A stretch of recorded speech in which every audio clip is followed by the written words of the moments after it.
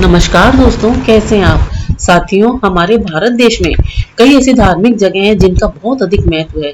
लेकिन क्या आप जानते हैं कि हमारे देश में चार धाम की यात्रा को सबसे अधिक महत्वपूर्ण माना जाता है।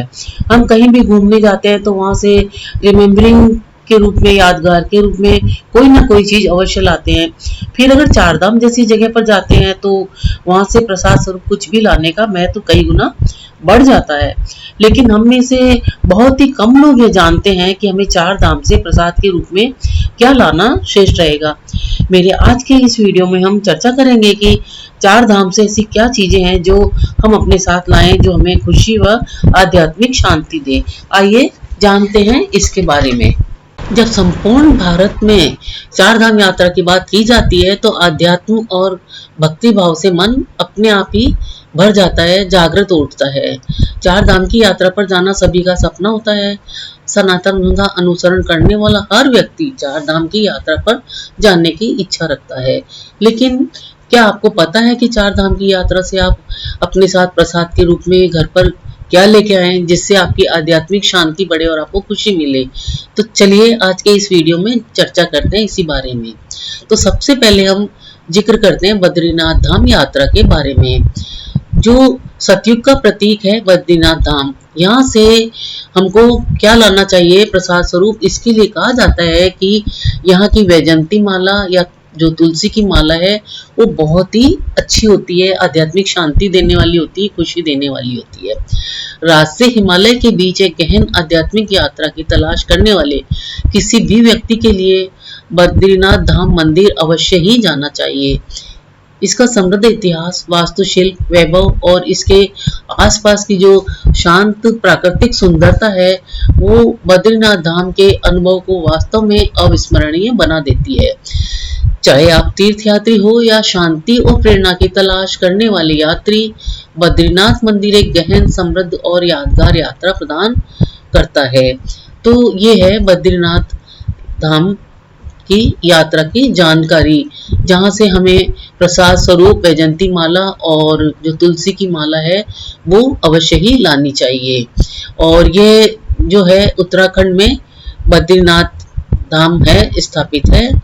और वहां जाने के लिए अभी कई आधुनिक शुभ साधन उपलब्ध करा दिए गए हैं। तो आप यहाँ की यात्रा अवश्य कीजिए और यहाँ के प्राकृतिक सौंदर्य का आनंद भी लीजिए।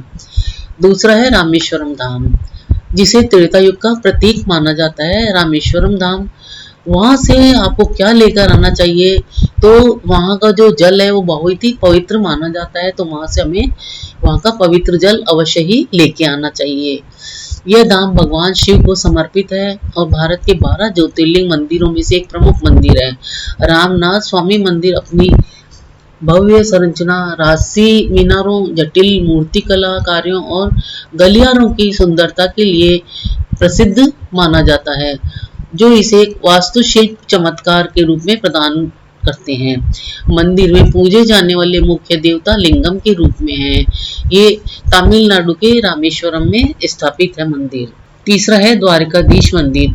ये तीसरा धाम है जो द्वापर युग का प्रतीक द्वारकाधीश माना जाता है मंदिर। अब द्वारकाधीश मंदिर से क्या लेकर आए, इसके लिए कहा जाता है कि यहाँ का गोपी चंदन और मोर पंख बहुत ही प्रसिद्ध है और मानसिक शांति और खुशी प्रदान करने वाला होता है। गुजरात के द्वारका में स्थित द्वारकाधीश मंदिर भगवान कृष्ण को समर्पित एक प्रमुख हिंदू तीर्थ स्थल है। ऐसा माना जाता है कि यह वह स्थान है जहाँ कृष्ण जी ने शासन किया था। ये चार धाम तीर्थ स्थलों में से एक है और प्राचीन भारतीय मंदिर वास्तुकला का एक बहुत ही महत्वपूर्ण उदाहरण है। मंदिर की उत्पत्ति कृष्ण के समय से मानी जाती है, जिसका सदियों से जीर्णोद्धार और पुनर्निर्माण किया जाता रहा है। यहाँ आने का अंतिम उद्देश्य यही होता है कि यहाँ आकर आशीर्वाद प्राप्त करना है और कृष्ण की आध्यात्मिक विरासत में खुद को डुबोना है और असीम आनंद की प्राप्ति करनी है। यह गुजरात के द्वारका में गोमती घाट पर स्थित है। यहाँ का जो आनंद है, प्राकृतिक आनंद है और जो समुद्र की जो संरचना का जो दृश्य देखने को मिलता है बहुत ही मनमोहक होता है। तो आप अवश्य ही यहाँ आइएगा। चौथा जो है वो जगन्नाथपुरी है, जिसे कलयुग का धाम माना जाता है। जगन्नाथपुरी और वहां से क्या प्रसाद के रूप में लाया जाए, इसके लिए कहा जाता है कि यहाँ से जब भी आप जाएं नारियल की छड़ी प्रसाद स्वरूप अवश्य लेके आएं। जगन्नाथ मंदिर एक हिंदू मंदिर है जो भगवान जगन्नाथ जी को समर्पित है। यह उड़ीसा में पुरी में स्थित है और भारत का प्रसिद्ध मंदिर है। ये चार धाम तीर्थ स्थलों में से एक होने के नाते एक गहरी आध्यात्मिक आभा भी बिखेरता है। मंदिर परिसर में प्रवेश करने पर मानसिक शांति और भक्ति की एक मजबूत अनुभूति होती है। मंदिर का निर्माण 12वीं शताब्दी ईस्वी में हुआ था। यह मंदिर अद्भुत और बहुत ही आकर्षक है। जगन्नाथ मंदिर एक वास्तुशिल्प चमत्कार और आध्यात्मिक आश्रय का स्थान है। इसे कलिंग यानी नागर शैली में बनाया गया है। यहाँ आपको जो ऊर्जा और शांति महसूस होती है वो अद्वितीय है।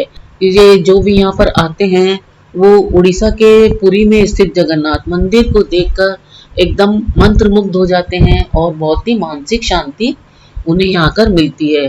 तो दोस्तों ये थी चार धाम यात्रा की जानकारी और साथ ही यह भी जो खास बात इस वीडियो में बताई गई वो ये है कि जब भी हम चार धाम यात्रा पर जाएं तो वहां से अपने मानसिक और आध्यात्मिक शांति के लिए, यादगार के लिए, अपनी रिमेम्बरिंग के लिए प्रसाद स्वरूप क्या लेके आए, यह एक मुख्य बात है।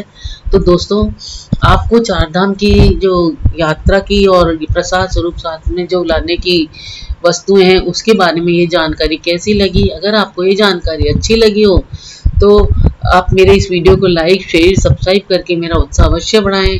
अपना कीमती समय देकर वीडियो देखने के लिए आपको बहुत बहुत धन्यवाद।